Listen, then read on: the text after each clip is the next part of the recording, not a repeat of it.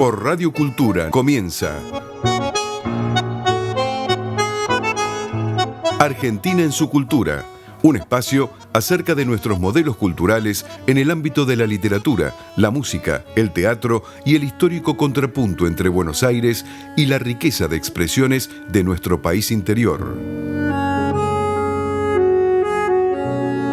Conducción, Magdalena Fayaz. Buenas noches, estimados oyentes de Radio Cultura. Soy Magdalena Fayaz y esta noche en Argentina, en su cultura, vamos a dedicarla a Odisea, la película de Christopher Nolan, que está teniendo un impresionante éxito de taquilla, no solo en la Argentina, sino en todo el mundo. Siempre sostengo que después de los antiguos griegos no se inventó nada nuevo en la cultura occidental. El reciente estreno justamente de Odisea, de Christopher Nolan, ratifica mi opinión. No solamente es un éxito sin precedentes, hace décadas, en la Argentina y en el mundo. Y la verdad es que impacta que los relatos de Homero, a casi 3000 años de escritos, vuelven a explicar el poder atemporal de los mitos en nuestra historia contemporánea. La Ilíada y la Odisea son poemas épicos que narran las aventuras de sus héroes y reyes griegos y troyanos, y confirman el poder de los mitos de recrearse permanentemente y hablarle al mundo actual. Mito, en realidad, el mito es un relato. Mito en griego quiere decir relato, y es una narración, es un relato donde se explicita una realidad que tiene una trascendencia fundamental en la vida de un pueblo, más allá de la historicidad. Bueno, la Odisea es un film deslumbrante, a mi juicio, que nos presenta las aventuras de Odiseo, más reconocido como Ulises en el mundo latino, cuando al finalizar la guerra de Troya se propone a regresar a su reino de Ítaca, no sé si es Ítaca o Itaca, 10 años después de su partida, donde dejó a Penélope, una esposa adolescente, y a su hijo Telémaco.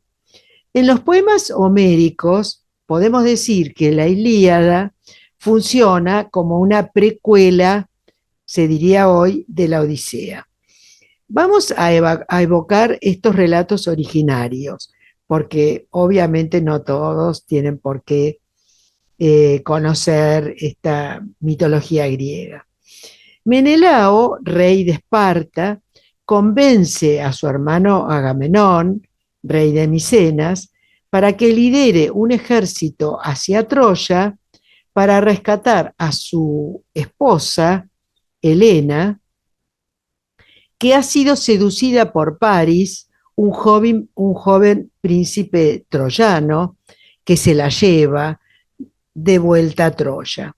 Helena y Clitemnestra, que son Helena, la esposa de Menelao, y Clitemnestra de Agamenón, estaban casadas ambas con estos dos reyes griegos. Al volver vencedor de Troya, Agamenón es asesinado por Clitemnestra. Esto no aparece en los relatos de la Ilíada y la Odisea. Clitemnestra lo asesina con la ayuda de su amante, Egisto, en un episodio que dará origen a la trilogía de tragedias de la Orestiada, el más antiguo de los autores trágicos griegos. De esta guerra de Troya, que dura nada menos que 10 años, participa Odiseo. Luego de una masacre, los griegos terminan victoriosos gracias a la estratagema pergeñada por el mismo Odiseo, que hace construir el famoso gigantesco caballo de madera, en cuyo interior se esconden él y varias decenas de soldados, como un medio para sortear las inexpugnables murallas de Troya. Odiseo simula admitir la derrota frente a sus enemigos y deja al joven soldado Sinón, que es casi un actor adolescente en la película, para que explique al enemigo que era una ofrenda de la diosa Atenea, que es su protectora, la de Odiseo. De esta guerra de esta guerra, o a raíz de esta guerra, los troyanos entran el gigantesco caballo y en la oscuridad nocturna los griegos descienden de él y abren las puertas de la ciudad al ejército que esperaba del otro lado, con lo cual sorprenden a los troyanos y provocan la rendición de la ciudad-estado después de una batalla que, terrible, y esa ciudad-estado de Troya la podríamos ubicar hoy en la región que se identifica con Anatolia en Asia Menor. La guerra de Troya se ha extendido por 10 años y la vuelta de Odiseo será narrada como una serie de peripecias en la Odisea, en las que logra, a través de todas esas peripecias, él logra abatir al cíclope, que era el gigante que tenía que estaba en su cueva, luego a Polifemo, que tenía me confundí el cíclope con Polifemo, que tenía un ojo en la frente, pasar el estrecho de Scilly Charybdis, que era un lugar, una especie de lugar maldito en el que todas las naves eran chupadas por el torbellino de la corriente marina y naufragaban. Sorteará luego los monstruos marinos, se hará atar al mástil mayor de su nave para no sucumbir a los cantos de sirenas. O sea, él les hace tapar los oídos a sus soldados, pero él no se los tapa y se hace atar a un mástil. Y de esta manera, luego sorteará el hechizo de Circe, que es una maga que transforma a sus soldados en cerdos y que tiene en la película un discurso absolutamente feminista, diría yo, porque ella dice que los convierte en cerdos porque eso es lo que son, porque violan y saquean, que es un texto que obviamente no existe en el poema. Pero Odiseo es un hombre y también se deja envolver por la seducción de la ninfa Calipso, que le da de comer, creo que eran unas hojas o flores de loto, y que lo lleva a olvidar quién es, de dónde viene y a dónde va. Calipso, con ese alimento que le provee, se propone que olvide el objetivo de su derrotero y lo retiene durante 7 años. En otro plano, el film muestra, en paralelo, cómo Penélope, que es el arquetipo de la fidelidad femenina, se defiende de los pretendientes que han invadido de alguna manera el palacio de Odiseo, con Antino a la cabeza, un excelente actor, Robert Pattinson, y quieren casarse con ella para convertirse en reyes de Ítaca. Nolan se centra en el personaje de Odiseo, que tiene la dimensión de los héroes épicos, porque es un héroe griego, pero imperfecto perfecto y humano como para ser un dios, pero superior para ser un simple mortal. Por eso son héroes. Pero Odiseo encarna lo que los griegos llamaban la ibris. La ibris es la arrogancia que le acarrea a él el desarrollo de su máxima inteligencia y de su capacidad, fundamentalmente una inteligencia acompañada de la astucia, que es lo que caracteriza al personaje de Odiseo. Eh, no es un simple héroe en esta película, encarnado por Matt Damon, que se ubica la película definitivamente dentro del cine de aventuras.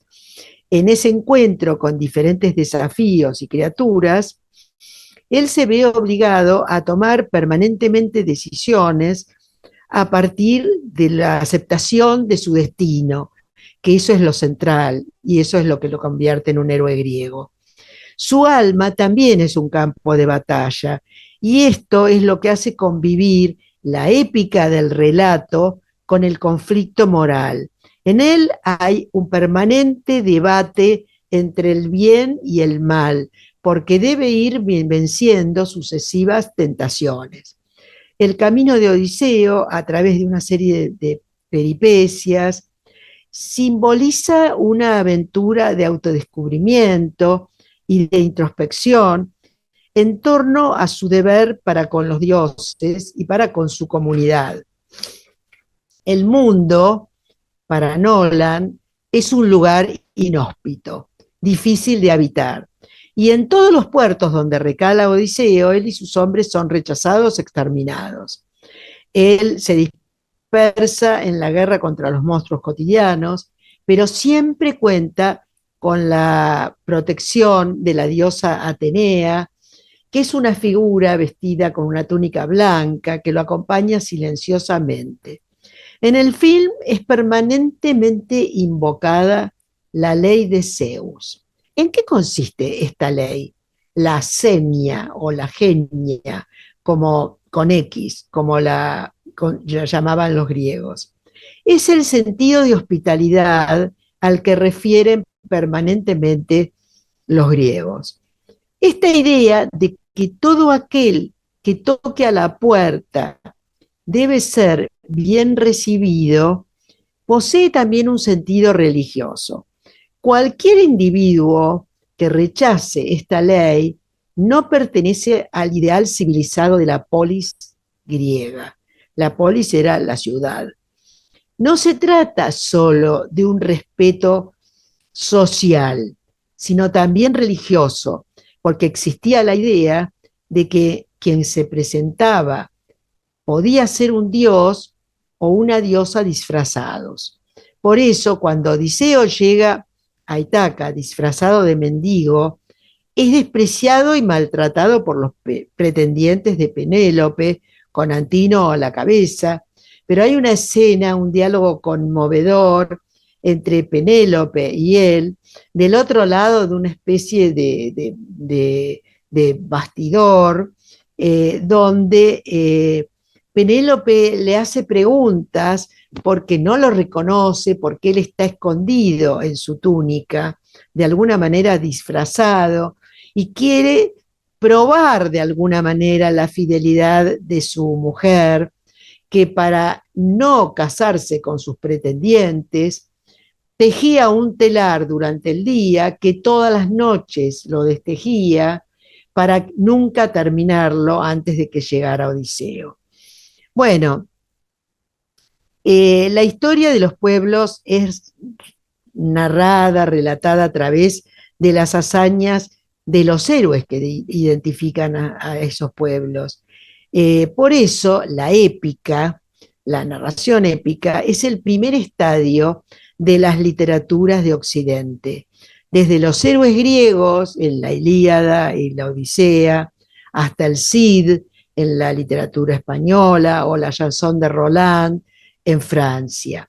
En esta versión de la Odisea, Nolan incorpora al rapero Travis Scott, interpretando a un bardo, un poeta, justamente porque quiere hacer referencia a la transmisión de las hazañas de los héroes por vía oral en todos los poemas épicos de la antigüedad y la Edad Media. ¿Qué tiene la Odisea que 2800 años después de escrita, estimados oyentes, atrae multitudes contemporáneas? Es la historia de un hombre que después de 10 años de luchas en Troya y 10 años de travesía, busca volver a su casa, ni más ni menos que eso. Pero es la historia de la condición humana. La historia es el viaje, las aventuras y el crecimiento emocional de los personajes, que asumen su destino atravesando los desafíos de la existencia. Porque es muy importante en los héroes griegos la asunción de un destino. Los héroes griegos están marcados, todos poseen un destino prefijado por los dioses. Y la aceptación de ese destino los lleva a las hazañas que llevan a cabo. Por eso el mito de Odiseo, generalmente nombrado como Ulises, como les he dicho, ha sido tomado en la literatura contemporánea como un símbolo del hombre del siglo XX, también de este siglo, que debe vencer una serie de vicisitudes, descender al infierno, que es el Hades grecolatino, y atravesar el infierno para asumir su destino a través de todas esas pruebas. Esto ocurre en todas las literaturas, en obras, en el Ulises de James Joyce, en Sobre héroes y tumbas, en el descenso de Fernando Vidal Olmo a los infiernos, y así es al mundo de los ciegos, que es como es caracterizado el infierno. Ahora, en definitiva, es una metáfora de la vida humana en la que, finalizadas las batallas, queremos siempre volver a casa a descansar. En el poema subyace la idea de que la lealtad y el amor son para siempre, que yo diría son difíciles de encontrar en la cotidianeidad de nuestro siglo, dominado más por el concepto de la modernidad líquida, de un mundo lábil que se nos escurre, donde no hay decisiones trascendentes que fijan el destino, que ha enunciado el filósofo Zygmunt Bauman. La película destaca fundamentalmente por su potencial audiovisual que nos incluye en una experiencia inmersiva. Hay que verla en el cine, hay que verla en el cine. Las secuencias en el mar son admirables y sobrecogedoras. Cuando un barco lleno de hombres se ve azotado por la furia de Poseidón, que era el rey, el rey que dominaba los reinos marinos, y las secuencias de batallas son auténticas obras maestras en medio del mar. La Odisea de Nolan termina con un nuevo exilio porque, restaurado el orden, Odiseo decide emprender otro viaje hacia un nuevo destino, pero esta vez acompañado por su fiel Penélope. Bueno, estimados oyentes, se habrán dado cuenta de que me encantó esta película. Ahora vamos a pasar a recibir a nuestras invitadas.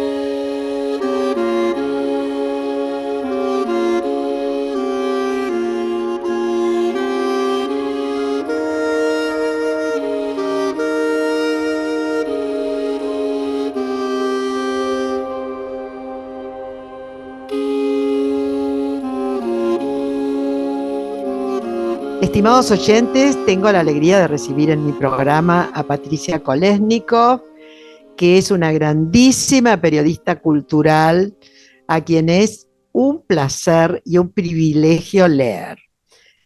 ¿Cómo estás, Pato? Hola, bueno, muchas gracias por tanta exageración. No, no, es verdad. Bueno, contame, yo sé que viste la película, todavía hay gente que no la vio, obviamente. Y bueno, ¿qué te pareció? ¿Qué te pareció? 2 veces la vi, eh, ¡Ah! con Sos más diferencia de unos fanática que días. yo. Vos sabés que yo estaba pensando en verla de nuevo y dije, si le digo esto a alguien, voy a parecer loca, pero bueno, veo que no. Bueno, No, porque contame.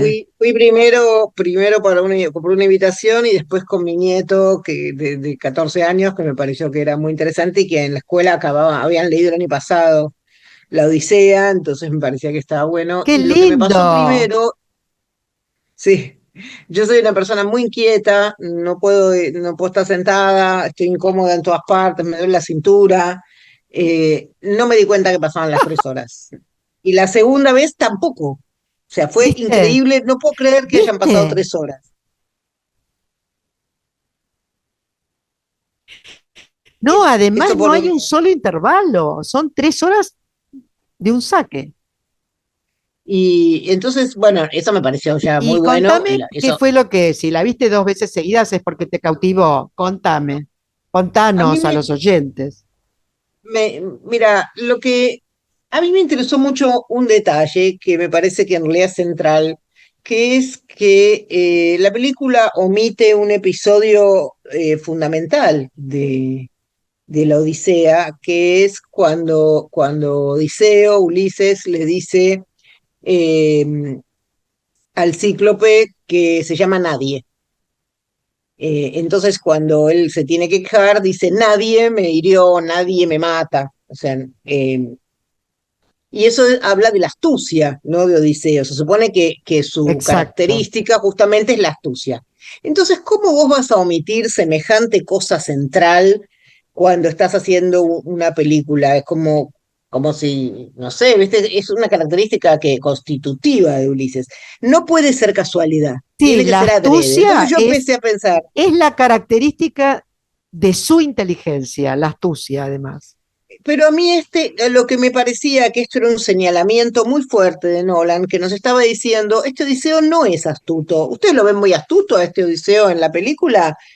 No, que esto pasa por otro lado. Yo creo que esa omisión está diciendo, ojo, esto hay que leerlo de otra manera. Y a mí me parece que sí es algo que le han criticado mucho, pero que a mí no me parece una crítica, que es una lectura completamente contemporánea, donde Odiseo tiene una sensibilidad que no es griega, porque como señalaba Daniel Molina en un posteo, la noción de qué daño que hice, eh, qué desastre he hecho con la guerra, es una sensibilidad introducida por la cultura judio-cristiana, digamos, no en la época de los Exactamente. griegos que se despanzurraban alegremente. No, En- absolutamente. entonces, yo creo que está bien que él lo acerca a nosotros, que está hablando que es esto lo que quiere mostrar. Y entonces, ahí cuando pienso, entonces, no sé si me está contando esta historia o me está haciendo un link, un llamado al presente. Me está diciendo, estos vencedores que van y rompen todo a patadas, países, Sí, eh, ¿van a terminar victoriosos o van a terminar vencidos como Ulises, que está hecho pelota por lo que él mismo hizo y no puede volver? Cuando en un momento eh, Calipso se lo dice, le dijo, vos no querías volver, porque ya no, ¿quién va a volver si ese tipo ahora es un asesino? El que vuelve es el tipo que usó la confianza de los otros en dioses comunes, esos lo hacen, y en ciertos pactos entre los hombres básicos, usó esa confianza para destruirlos. Ese es el que vuelve, no puede volver, eso no se lo puede sacar más de encima. Odiseo ahora es ese, es un asesino. Entonces, a mí me parece que eso habla de muchos líderes del presente mundiales, creo que está señalando a eso, y creo que está señalando esa cuestión. Es una lectura mía. Bueno, yo no sé, me resulta un poco fuerte, me dejas pensando, el concepto de asesino. Yo creo que, a ver, que hay, por un lado, la película tiene lo que tienen siempre las grandes obras contemporáneas sobre los mitos griegos. Vos sabés que en las tragedias griegas han tenido todas versiones contemporáneas.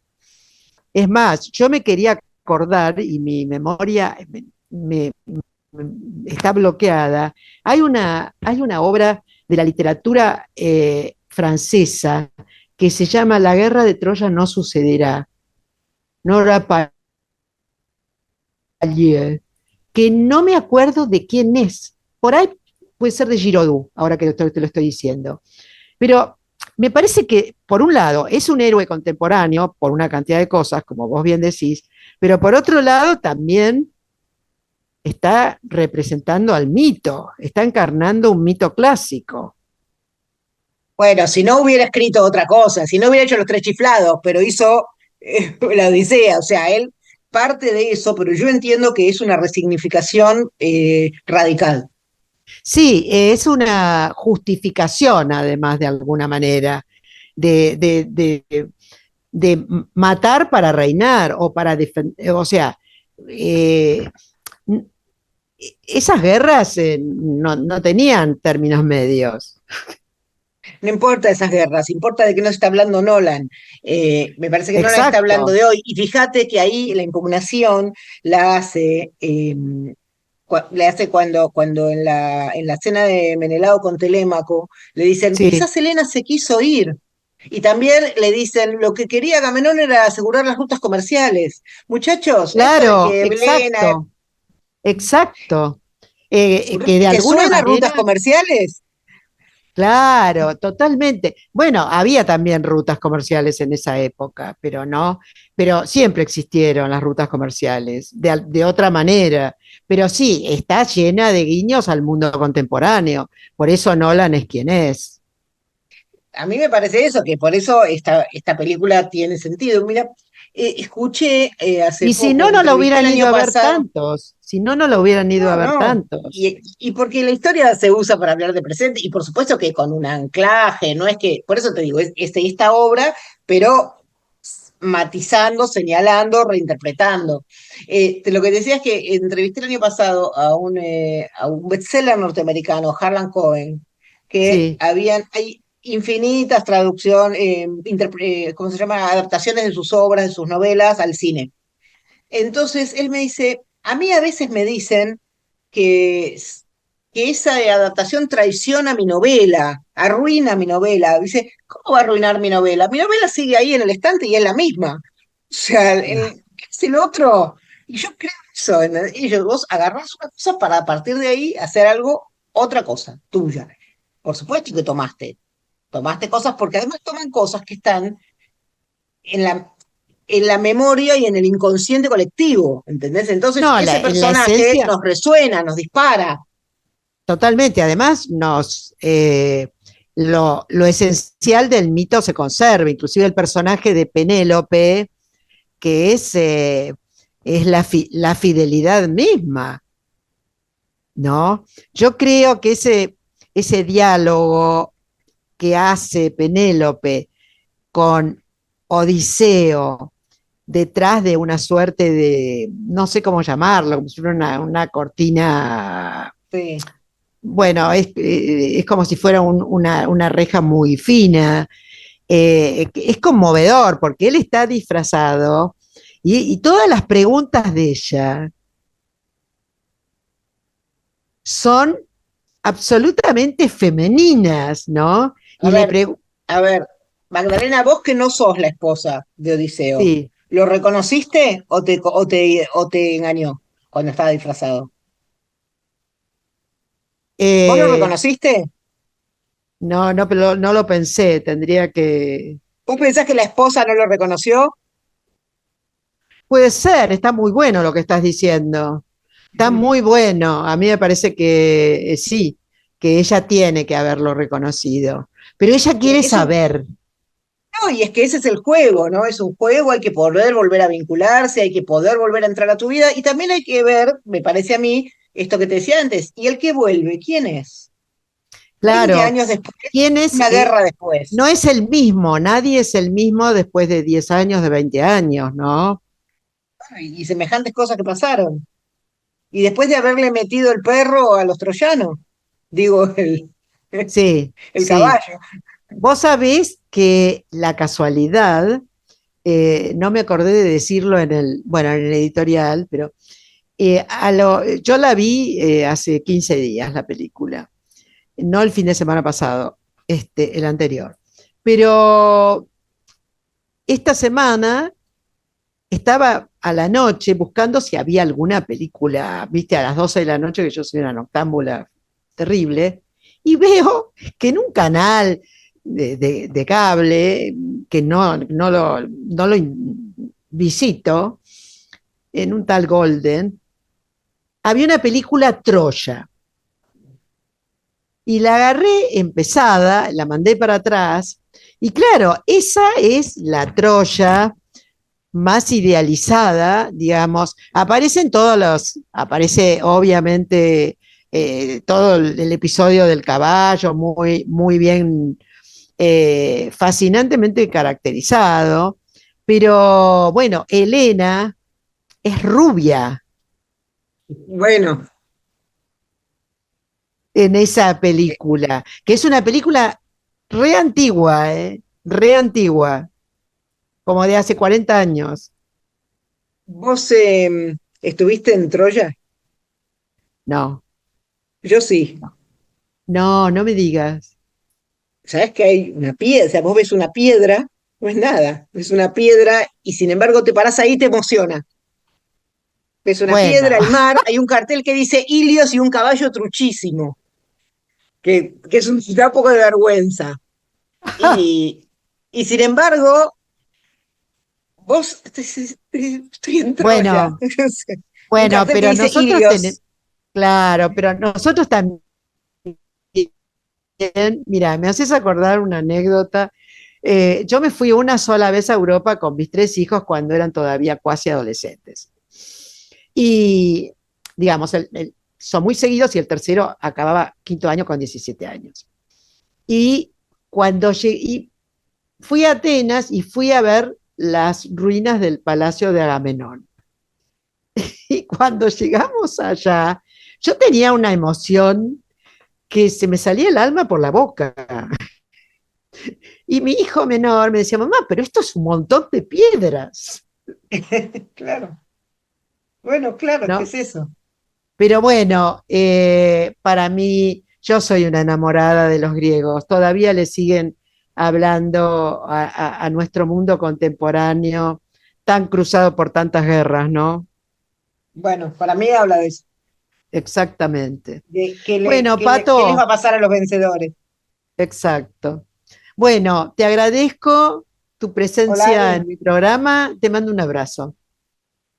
Gracias a vos, gracias por Chau, llamarme. chau. Estamos compartiendo Argentina en su cultura con Magdalena Fayaz.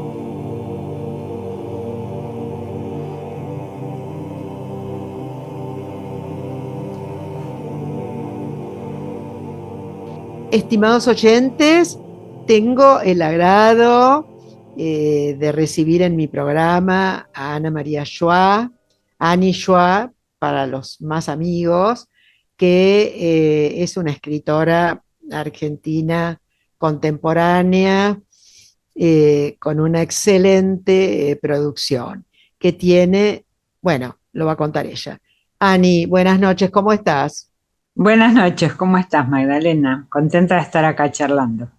Igualmente. Bueno, yo me enteré, de todas maneras había pensado en vos, porque para el programa, pero me enteré de que tenés un libro sobre los héroes griegos, ¿no? Y bueno, me parece que sería interesante plantear por qué los mitos hoy siguen teniendo vigencia en el mundo y en el año que estamos cursando, ¿no? Bueno, nosotros, digamos, nuestra cultura, lo que solemos llamar la cultura occidental, está basada en digamos, los mitos judeocristianos. Exacto. Claro. Yo no sé si los mitos griegos son tan importantes en la China, No, es la como son cultura. entre No, nosotros. definitivamente es la cultura occidental, Claro, nosotros somos hijos de los mitos griegos y totalmente. están presentes en nuestra realidad, están presentes en el lenguaje. Cuando, como vos decías en la charla entre nosotras, se habla de Edipo, Freud habla de Edipo, bueno, Exacto. la gente, digamos, con un mínimo grado de cultura, sobre todo en Argentina, todos sabemos lo que es el Edipo. Exactamente. O Claro, sea, o cuando hay un hombre muy fuerte, uno dice es un Hércules. exactamente. No, Claro, además la cantidad de recreaciones que la literatura contemporánea ha hecho, por ejemplo, de los mitos griegos, de las distintas, en muchas tragedias y obras de teatro. así Eh, es. yo ha sido uno de mis temas favoritos en la literatura, el tema de los mitos. Y no sé, la cantidad de obras vinculadas a Antígona, por ejemplo, Por ¿no es supuesto. cierto? La hija de Edipo, y así un montón, ¿no? Bueno, contanos de qué manera vos ves, yo sé que vos no viste la película todavía, la película de Christopher Así Nolan es. sobre Odisea, sobre la Odisea. Pero bueno, tratemos de ceñirnos por lo menos a lo que representa Odiseo en ese mundo de los mitos grecolatinos, ¿no? De los mitos griegos. Vos sabés que hay una Odiseo, se lo llama siempre em, el hábil en ardides, Sí, sí, porque Odiseo tenía fama de ser, el rey de Ítaca tenía fama de ser no solo muy inteligente, sino astuto. precisamente astuto, capaz de tender trampas a sus enemigos. Sí, Y sí, eso y, funciona eh, para, obviamente y que hay para una, el claro, caballo, ¿no?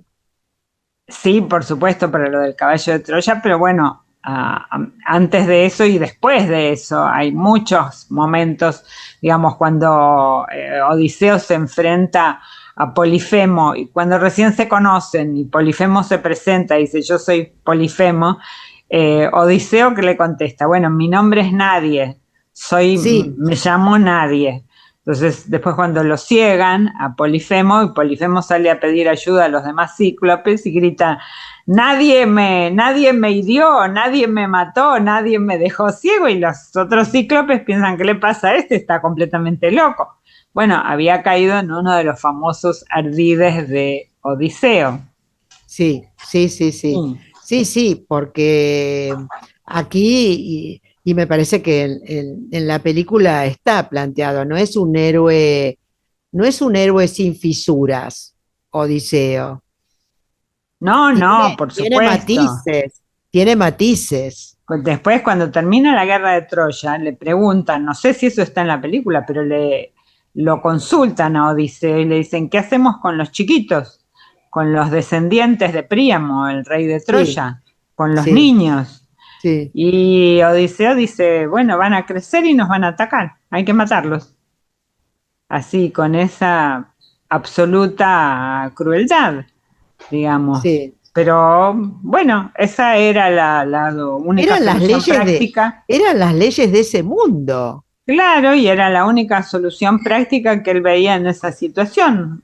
Claro, Dentro de 20 años van a venir a matarnos a nosotros, entonces hay que claro. matarlos ahora. Claro.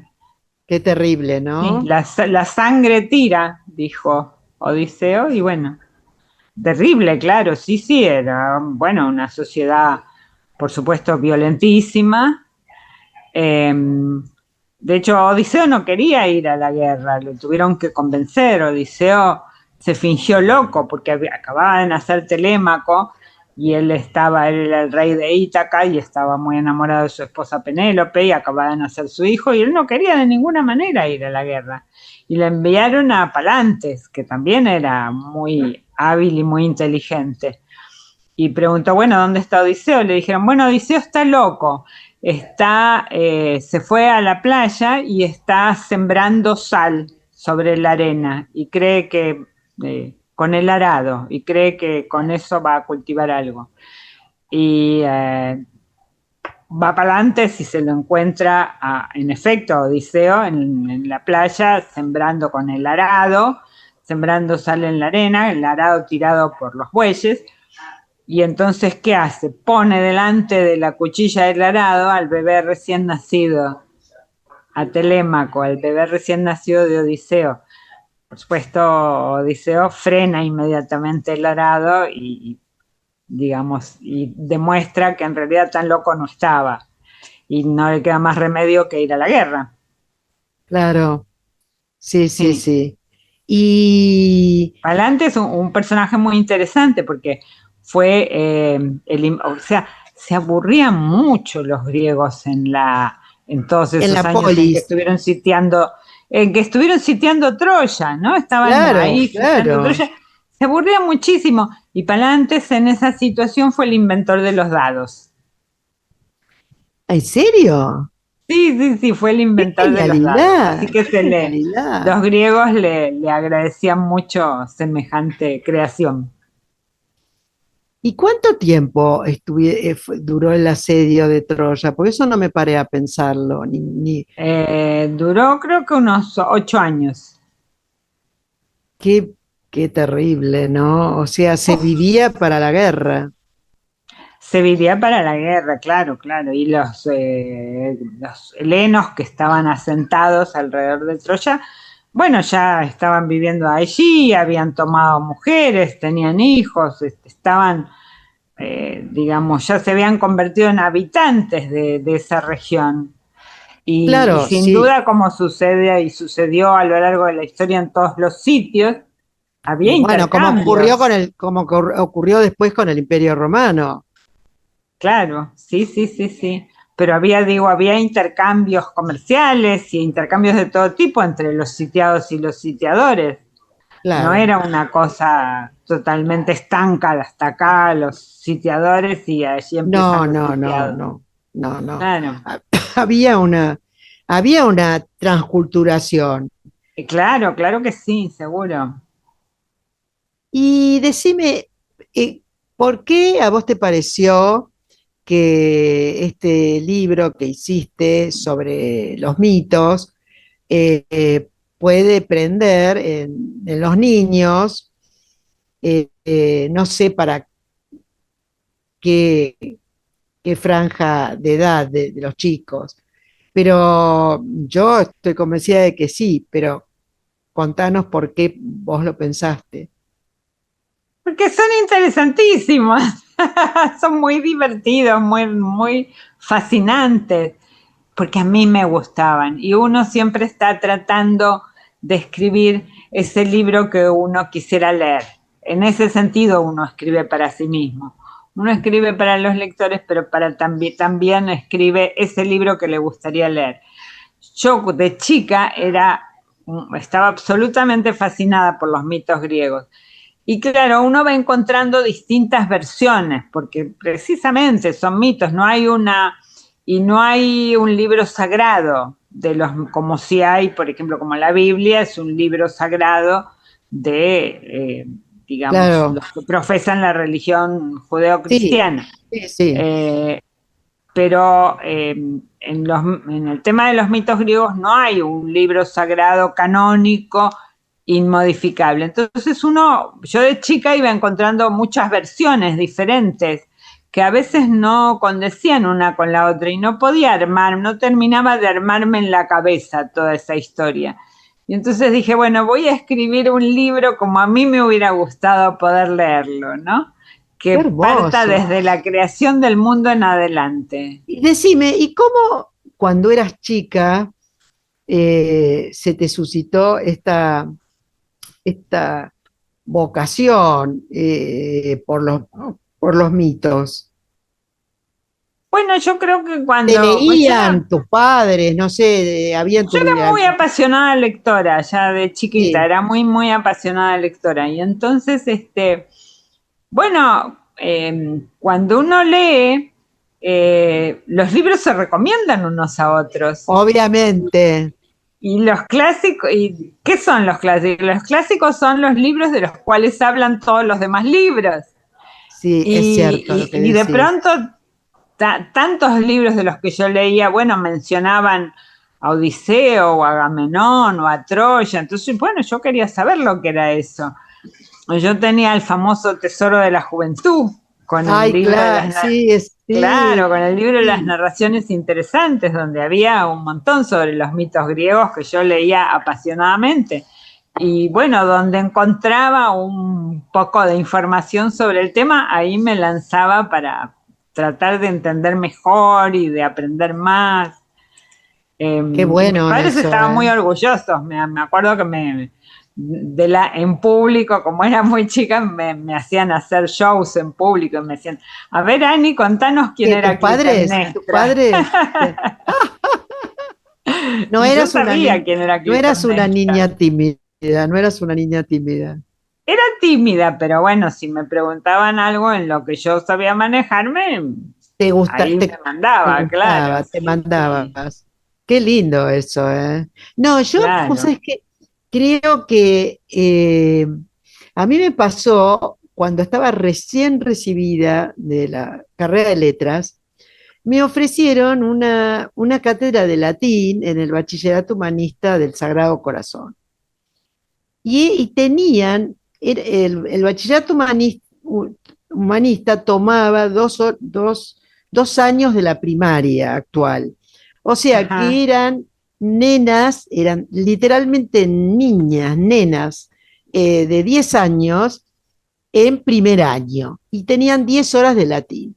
Entonces, yo decía, qué Oh, cosa, ay, me quería más. Yo digo, pero ¿cómo?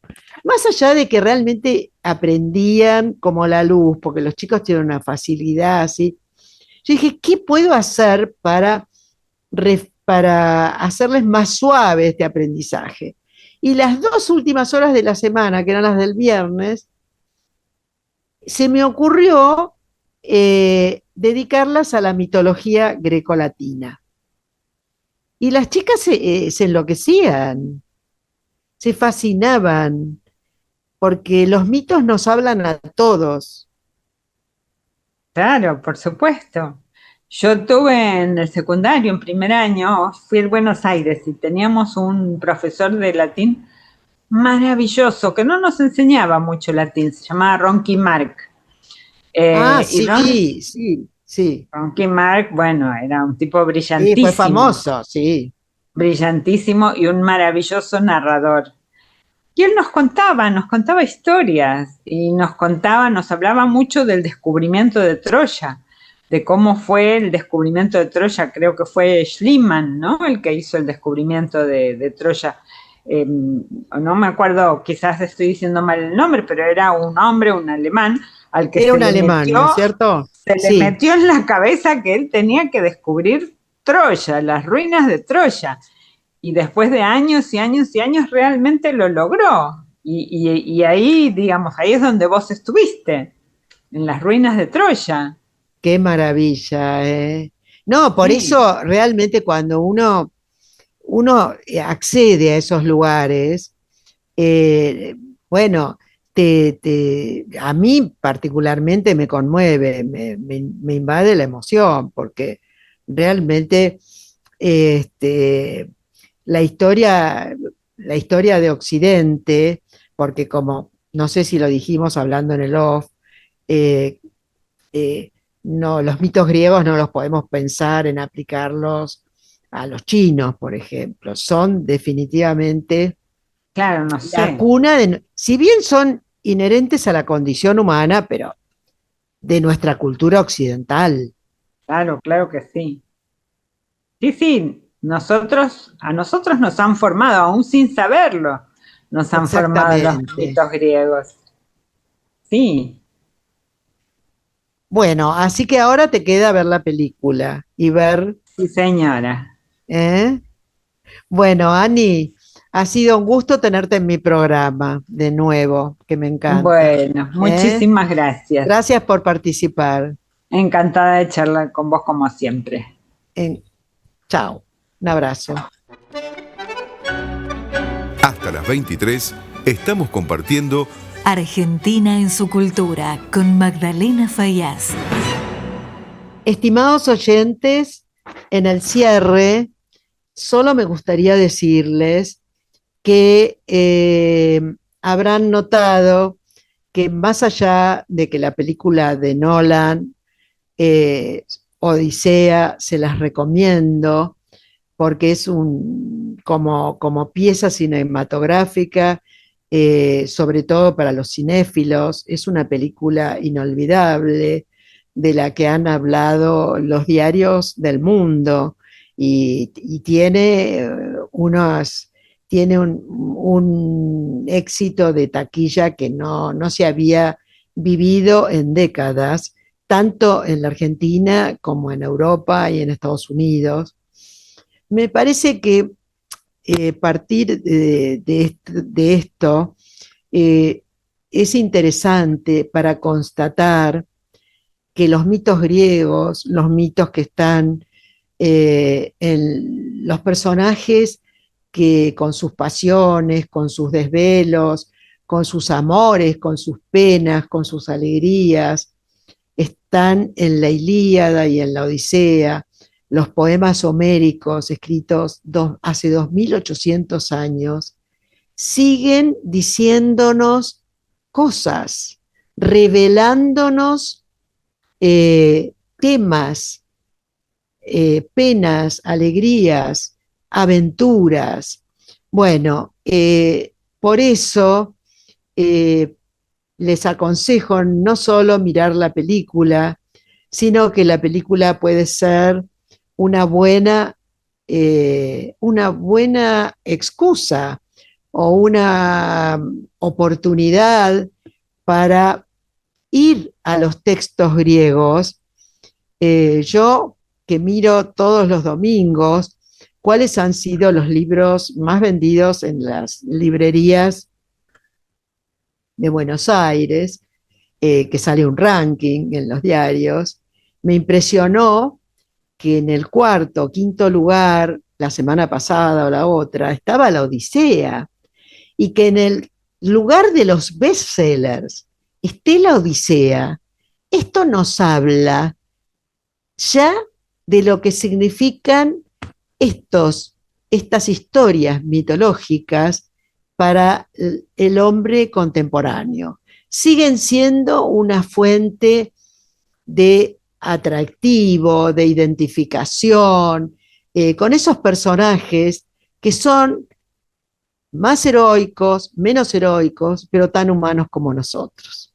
Así que eh, me despido eh, recomendándoles que visiten a los griegos, que siempre tienen cosas importantes para decirnos, en la literatura, en el cine, pero siempre. Los mitos griegos por eso están vivos.